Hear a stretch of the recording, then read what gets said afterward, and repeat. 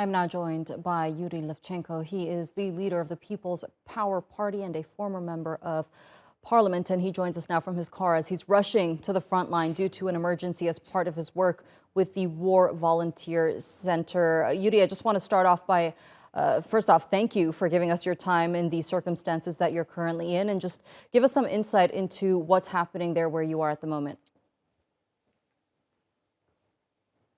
Well, I'm currently just leaving Kiev, so where I am personally, there's nothing much really to report because Kiev over the past couple of weeks has become a relatively peaceful city, which is more and more looking like the city it was before the 24th of February. But Right. where I'm going, to the east of Ukraine, basically, of course, there we have huge battles going on every day, really brutal battles with tens, maybe hundreds of our soldiers dying or being injured due to the Russian onslaught. But I have to stress that our heroic armed forces were able to basically stop this onslaught on most of its advances. The biggest problem right now is in Severodonetsk, as before. But once again, I have to remind our viewers that Russia planned to capture Severodonetsk a month ago and still was not able to do it. They were not able to cut off the main road, the main supply road leading to Severodonetsk. So our troops there are supplied.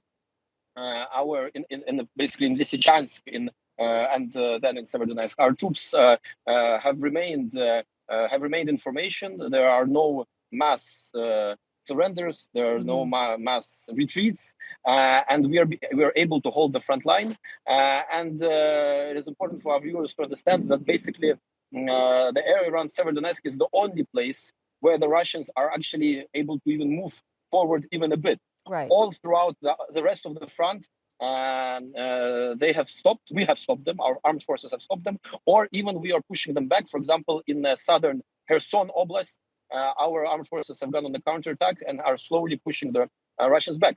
Okay. Of course, this would be much faster. This would be much faster and much easier for our armed forces, where we receive all the heavy weapons that we were promised by our Western allies. For example, Germany keeps on promising us all these weapons over the past couple of months. They're promising, but we haven't received almost any of them. Right, and there's So the of issue course, as well. There's the issue as well that many of these countries that are promising to supply Ukraine with that heavy armor in their defense to Russia currently has ties with Russia. Let it be dependent on their gas supplies that they're currently receiving from Russia. What do you make of that, the double standard that's there? Yes, well, that's a great problem, and that's the problem of, generally speaking, Western European politics and economic policy over the past 20 years, but especially over the past 8 years. After Russia annexed Crimea, after Russia invaded the Donbass in 2014, it was obvious that we will eventually have an all-out war with Russia. It was obvious that Europe should have stopped all its dependency on Russia's energy, but this was not done, despite of Ukrainian warnings. In fact, this dependency was even deepened this dependency on Russian energy supplies.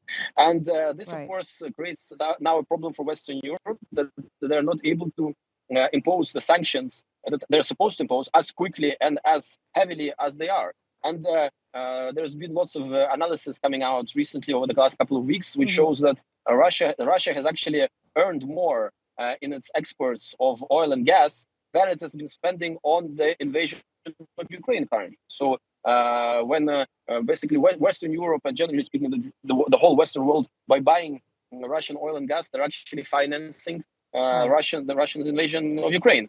And of course, so we keep on stressing and we keep on saying to the Western politicians, if you want this war to end quicker, the way to de-escalation is actually escalation. You know, it might be a paradox, but the way for this war to end quicker is to give us more weapons, is to impose larger sanctions on Russia, and then Russia will lose quicker, and in that way the war will end quicker.